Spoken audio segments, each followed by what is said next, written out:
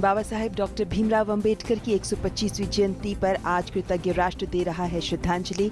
संसद के प्रांगण में एक समारोह में राष्ट्रपति, उपराष्ट्रपति, लोकसभा अध्यक्ष समेत कई केंद्रीय मंत्रियों और सांसदों ने दी बाबा साहेब को विनम्र श्रद्धांजलि। प्रधानमंत्री ने मुंबई में बाबा साहेब को दी श्रद्धांजलि। प्रधानमंत्री नरेंद्र मोदी ने मुंबई में आज पहले समुद्री भारत सम्मेलन 2016 का उद्घाटन किया। इस मौके पर अपने संबोधन में प्रधानमंत्री ने कहा, हमारी राष्ट्रीय जलमार्ग नीति डॉक्टर अंबेडकर की सोच पर आधारित है। तटीय अर्थव्यवस्था को गति देने के लिए सरकार ने शुरू की है सागरमाला योजना। प्रधानमंत्री नरेंद्र मोदी आज मध्य प्रदेश में 11 दिनों तक चलने वाले ग्राम उदय से भारत उदय अभियान का करेंगे उद्घाटन। ये अभियान बाबा साहेब डॉक्टर भीमराव अंबेडकर की 125वीं जयंती पर उनकी जन्मस्थली महू से हो रहा है शुरू और 24 अप्रैल को पंचायती राज दिवस पर होगा संपन्न। प्रधानमंत्री नरेंद्र मोदी आज राष्ट्रीय कृषि बाजार की करेंगे शुरुआत। इसके तहत सबसे पहले 8 राज्यों की 21 मंडियों को ई ट्रेडिंग प्लेटफॉर्म से जोड़ा जाएगा।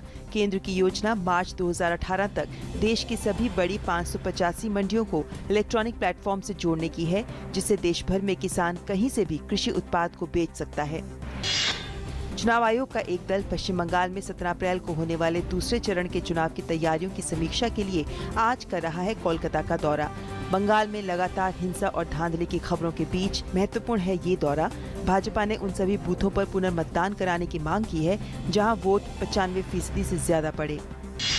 केंद्रीय वित्त मंत्री अरुण जेटली अमेरिकी दौरे पर वित्त मंत्री जैक लियू से करेंगे मुलाकात। वित्त मंत्री भारत और अमेरिका के बीच छठे आर्थिक और वित्तीय भागीदारी वार्ता, ब्रिक्स एनडीबी निदेशक मंडल बैठक और ब्रिक्स वित्त मंत्रियों और केंद्रीय बैंक के गवर्नर्स की बैठक में भी लेंगे भाग। भाजपा अध्यक्ष अमित शाह हरिद्वार में बाबा साहेब की जयंती के अवसर पर आयोजित विशेष कार्यक्रमों में लेंगे हिस्सा। उत्तर प्रदेश और पंजाब भाजपा द्वारा बड़े स्तर पर शुरू किया जा रहा है जनसंपर्क अभियान। कोलम के पुत्तिंगल मंदिर हादसे के परिप्रेक्ष्य में केरल के मुख्यमंत्री ओमन चांडी आज करेंगे सर्वदलीय बैठक, जिसमें आतिशबाजी पर प्रतिबंध लगाने के मुद्दे पर किया जाएगा विचार विमर्श। राजधानी दिल्ली में प्रदूषण को कम करने के लिए शुक्रवार से दोबारा ऑड इवन योजना शुरू हो रही है। दिल्ली के मुख्यमंत्री अरविंद केजरीवाल ने इस फॉर्मूले को अब हर महीने लागू करने के दिए हैं संकेत। दिल्ली की सड़कों पर यातायात के बेहतर संचालन और नियमों का उल्लंघन करने वालों को पकड़ने के लिए सिविल डिफेंस वॉलंटियर्स को तैनात किया जा रहा है। सुप्रीम कोर्ट ने बसपा प्रमुख मायावती के खिलाफ ताज कॉरिडोर से संबंधित याचिका को स्वीकार कर लिया है। मायावती पर आय से अधिक संपत्ति के आरोप के मामले में नई एफआईआर दर्ज करने की मांग वाली जनहित याचिका पर सुप्रीम कोर्ट आज सुनवाई करेगा। हालांकि सीबीआई की ओर से अटॉर्नी जनरल मुकुल रोहतगी ने इसका कड़ा विरोध किया था। 2012 में सुप्रीम कोर्ट ने ताज कॉरिडोर मामले में मायावती के खिलाफ दर्ज एफआईआर को रद्द कर दिया था। अब मामले की विस्तार से सुनवाई की जाएगी। ओडिशा में भयंकर गर्मी और लू से अब तक 30 लोगों की मौत हो चुकी है। राज्य के अधिकांश हिस्सों में तापमान 40 डिग्री सेल्सियस से ऊपर पहुंच गया है। इससे सामान्य जनजीवन बुरी तरह प्रभावित है। इसे देखते हुए राज्य सरकार ने सभी विद्यालयों को 20 अप्रैल तक बंद करने की घोषणा की है। इन छुट्टियों में अगर परीक्षाएं होनी है तो संबंधित विद्यालय के अधिकारी उसके लिए सुबह या शाम का समय तय करेंगे। ये भी कहा गया है कि 20 अप्रैल के बाद स्थिति की समीक्षा की जाएगी। याहू मैसेंजर ने हिंदी और 5 अन्य गैर अंग्रेजी भाषा में चैट की सुविधा शुरू की है। कंपनी का कहना है कि लगातार हो रही मांग को देखते हुए मैसेंजर में नए फीचर जोड़े गए हैं, जो तुरंत उपयोगकर्ता के मोबाइल कॉन्टैक्ट से जुड़ सकता है।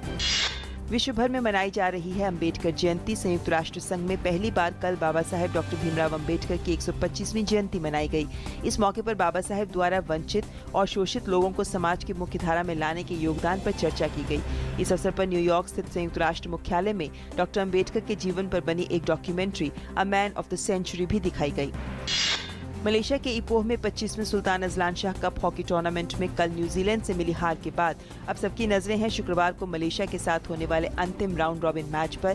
फाइनल में पहुंचने के लिए भारत को मेजबान मलेशिया को इस मैच में हराना होगा। आज देश भर में मनाए जा रहे हैं कई उत्सव। नवरात्र में अष्टमी की पूजा की जा रही है और विशु यानी मलयाली नववर्ष, पोयला बैशाख यानी बंगाली नववर्ष, रोंगाली बिहू और तमिल नववर्ष भी धूमधाम से आज मनाए जा रहे हैं।